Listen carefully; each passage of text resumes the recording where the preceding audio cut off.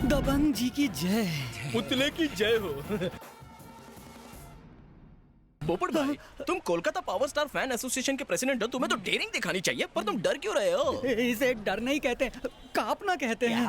वो क्या है ना, नंदिनी हमेशा मुझे पिज्जा खाने के लिए, बर्गर खाने के लिए, कोल्ड ड्रिंक्स पीने के लिए बुलाती थी, पर आज उसने मुझसे थिएटर की 2 कॉर्नर की सीट बुक करवाई। मतलब उसके इरादे नेक नहीं है। बिल्कुल सही कह रहे हो। तो इसमें टेंशन किस बात का है? अगर उसने 2 कॉर्नर सीट बुक करने को कहा है, मतलब तुम्हारी लाइन क्लियर है। ये रिंग ले। आज तो ये मूड में भाई, जैसे इंडिया का सुपरस्टार सलमान भाई, वैसे कोलकाता का पोपट भाई। ऐसा क्या?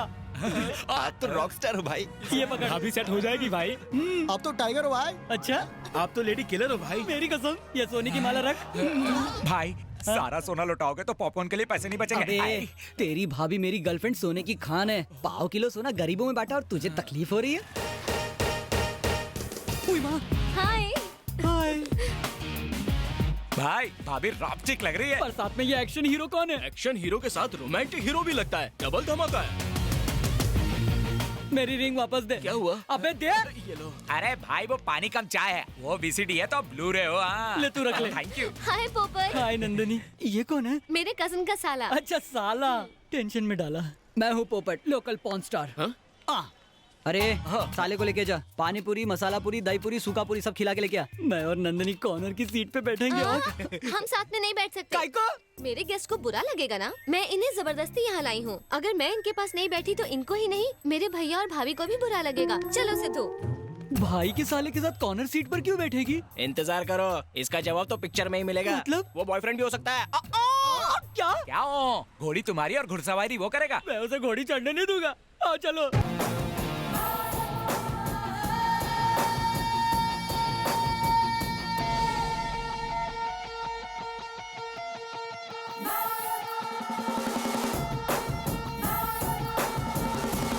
ए झिंगुर सुन, चुप कर दे, वो दोनों क्या कर रहे हैं?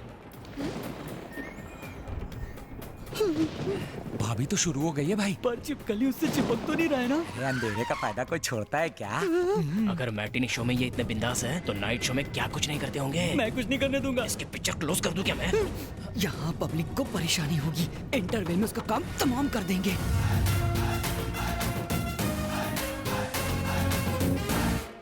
ए सुनो, मेरा माल गंदा हो ये मैं बर्दाश्त नहीं कर सकता, इसलिए बंदी के लिए फिनाइल और बंदे के लिए चाकू लाया हूँ।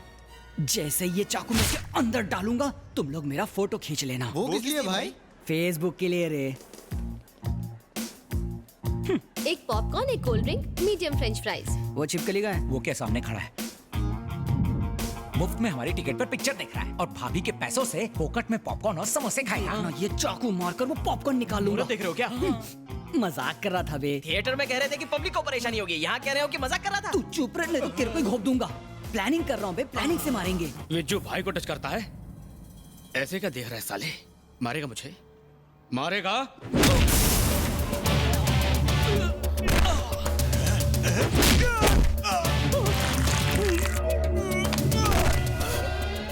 क्या है? मैं तो बॉडी लेने आया भाई। लेके निकल। जी भाई। चलो। ए, हाथ से खून क्यों आ रहा है? टमाटर सॉस है। Tomato sauce? समोसे वाले के पास कागज नहीं था तो सॉस हाथ में ही दे दिया। हाथ धो लेना। बाय। Goodbye. चालू है, चालू है, चालू। भाई ऐसे नीट पीते रहे तो लीवर खराब हो जाएगा। अगर खराब हो जाएगा तो पैसे उधार लेकर अपोलो हॉस्पिटल जाकर नया डलवा लूंगा। पता है, इस देश को टेररिस्ट और आतंकवादियों से खतरा नहीं है। अगर खतरा है तो दिल तोड़ने वाली आतंकी लड़कियों से। भाई साफ साफ बोलो ना। तो सुन, चालू लड़कियां बार डांसर की तरह होती हैं। अंधेरी काली रातों में जुगनू की तरह मंडराती रहती हैं। सरकते पल्लू से शर्मा के हम दिल पे आशिकों के अरमानों को भी सरकाती रहती हैं। अंदर घुसते ही कस्टमर फंसती हैं, अपना इंटरेस्ट घटाती बढ़ाती हैं, रिजर्वेशन का कह के जनरल डिब्बे में बिठाती हैं। भाई ने रिजर्वेशन की बात की, सोच रहा हूँ गाँव चला जाऊँ। 5 साल, पूरे 5 साल उसके चक्कर में वेस्ट किए। अगर नंगे पैर इंडिया दर्शन करता तो गिनीज बुक में नाम आ जाता। जैसे आइसक्रीम खाकर कप फेंकते हैं, चाय में मक्खी गिर जाए तो उस मक्खी को निकाल कर फेंकते हैं, वैसे ही इस इनोसेंट मासूम भोले नटखट पोपट को अपनी जिंदगी से निकाल कर फेंक दिया। भाई हिम्मत मत हारो, अपनी फीलिंग बता दो, काम बन जाएगा। ए, अगर उसने कहा कि वो उसी लड़के से शादी करेगी तो बुके और गुलदस्ते में सारे पैसे वेस्ट हो जाएंगे। वो तो है। लगता है इस पोपट की मैना किसी और डाल पर कूक रही है। डॉक्टर साहब, मेरी बेटी कैसी है? आप उसके सगे माँ बाप ही हैं ना? जी साहब। तो आप दोनों ने 14 साल की बच्ची को स्टेरॉइड्स दिए ताकि वो 18 साल की लग सके। कैसे माँ बाप हैं आप? हमने नहीं दिए हैं साहब, नरपत के भाई भैरव और टैक्सी सेठ ने दिए हैं। तो आप दोनों ने उनकी कंप्लेन पुलिस में क्यों नहीं की? उनके खिलाफ जाने की किसी की हिम्मत नहीं है। किसी में हो ना हो, मुझ में है। What? जी, मरने से पहले लड़की ने भैरव का नाम लिया था। ये रहे उसके ब्लड सैंपल्स और डीएनए रिपोर्ट्स। पहला ऐसा मर्द देखा जिसमें इतनी हिम्मत है। उसे अरेस्ट करने के लिए इतने सबूत काफी हैं। हाँ सिद्धू।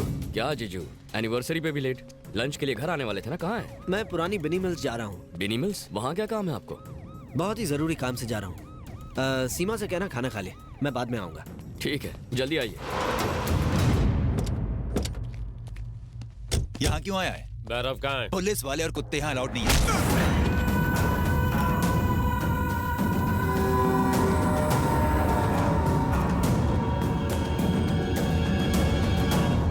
क्या रे इंस्पेक्टर, आज यूनिफॉर्म में मुझे अरेस्ट करने आया क्या? ठीक कहा तूने। पहली बार तेरे खिलाफ कोई सबूत लेकर आया है, लेकिन इसे ये नहीं मालूम है कि मैं आप ही का आदमी। अच्छा हुआ ये कहीं और नहीं गया। क्यों रे डॉक्टर, जो बीमारी फैल रही है उसके बारे में सोच। इस देश के लिए अफसोस क्यों कर रहा तू? शहर के किसी भी कोने में अगर तू मेरे खिलाफ आवाज उठाएगा तो इस दुनिया से उठ जाएगा। उसने खुद को बेच दिया होगा, पर अगर पुलिस कुछ नहीं कर सकती तो सारे सबूत मीडिया देखेगी और हिंदुस्तान फैसला करेगा। जिस आदमी ने भैरव को मार डाला उसे जिंदा रहने का कोई हक नहीं है। उसे मैं अपने हाथों से मारूंगा। कहाँ रहता है वो? यही रहूंगा मैं। ठीक कहते थे जीजू, इनके खिलाफ आवाज ना उठाना गलती है। बस अब बहुत हुआ। कलकत्ता को नरपत के खौफ से मैं आजाद करूंगा। तुमने उनका ठेका ले रखा है। उन्होंने तुम्हारे जीजा को मार डाला। अगर तुम्हें कुछ हो गया तो? हम डरकर भाग नहीं सकते, डरकर उन्हें भागना होगा और वो भागेंगे भी। तुम हमारे साथ आ रहे हो। तुम्हें मेरी कसम। आप समझती क्यों नहीं है? तुम अपने जीजा को तो खो चुके हो। मेरी बात नहीं सुनोगे तो अपनी बहन को भी खो दोगे। चलो।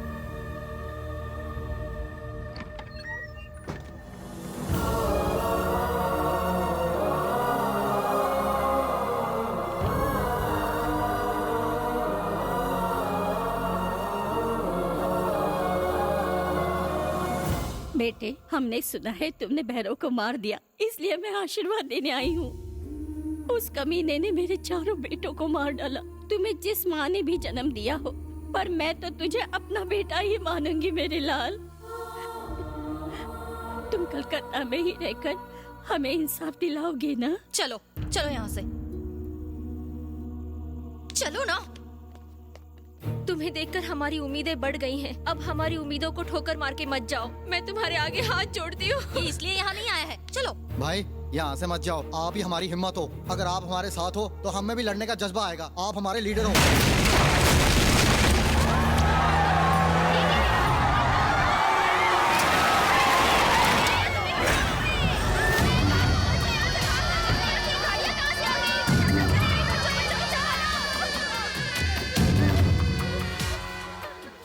तुझे क्या लगा बे? मेरे भाई को मार डालने के बाद तू बच जाएगा? तू जानता है तू अभी तक यहाँ पर जिंदा क्यों खड़ा है? क्योंकि मैं तुझे अपने हाथों से तड़पा तड़पा कर मारना चाहता हूँ। ऐसी मौत मारूंगा कि तेरी रूह भी कांप उठेगी।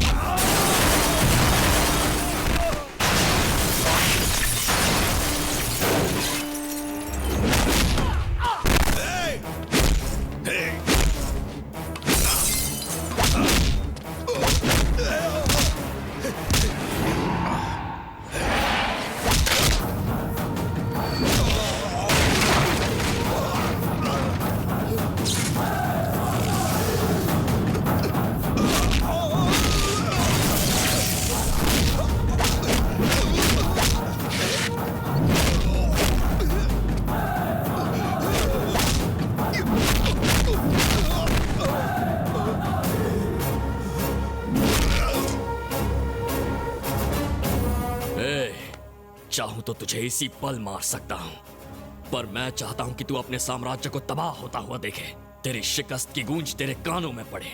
तेरा तो मैं वो हश्र करूंगा कि कलकत्ता में गुनाह करना तो क्या, उसके बारे में सोचने से भी डर लगे।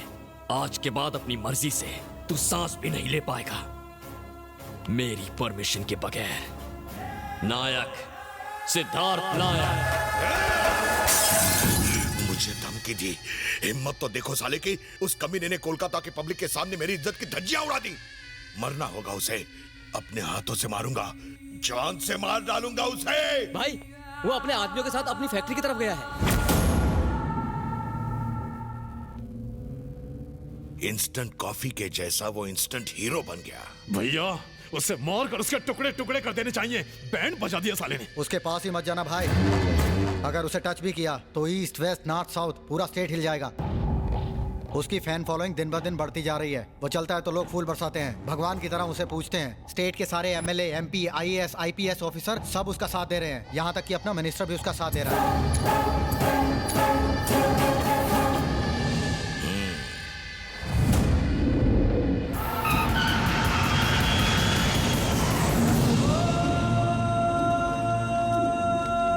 मुझे लगा था मैं आपको दोबारा नहीं मिल पाऊंगी पापा। वो हमारे लिए भगवान से भी बढ़कर है। उसने हमारी बच्चियों की जिंदगी बर्बाद होने से बचाई है। आज तक लोगों ने हथियार उठाए हैं सिर्फ गुनाह करने और करवाने के लिए। फर्स्ट टाइम न्याय के लिए किसी ने हथियार उठाया है सर। मैं उस देवता से मिलना चाहती हूँ माँ।